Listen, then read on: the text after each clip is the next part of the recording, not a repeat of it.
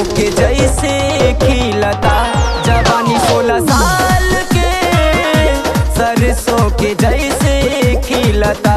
चललू जब चाल रे यूपी बिहार हिलता। चललू जब चाल रे यूपी बिहार हिलता।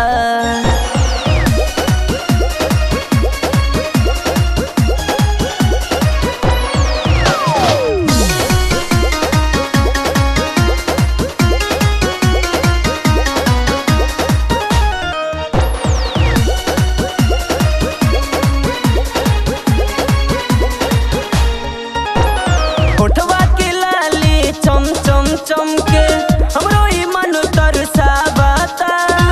पौआ के पायल चम चम चमके मन के जोश बढ़ावता।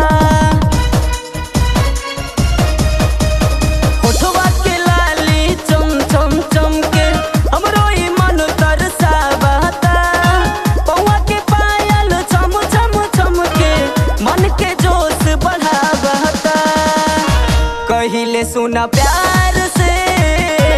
ऐसन तू चाल मा चला। जवानी 16 साल के सरसों के जैसे खिलता।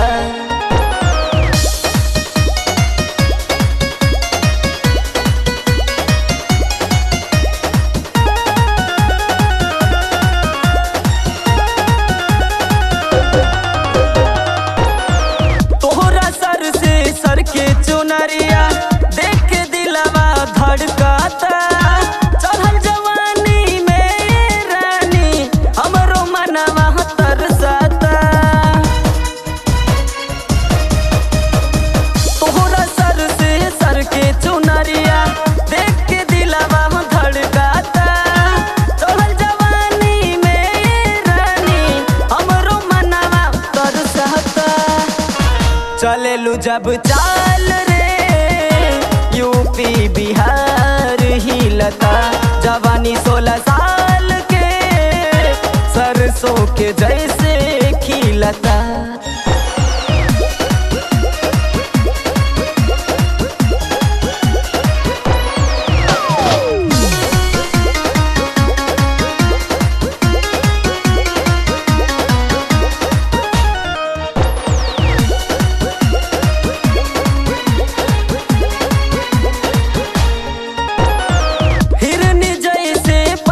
कमरिया देख के अनुपम डराता।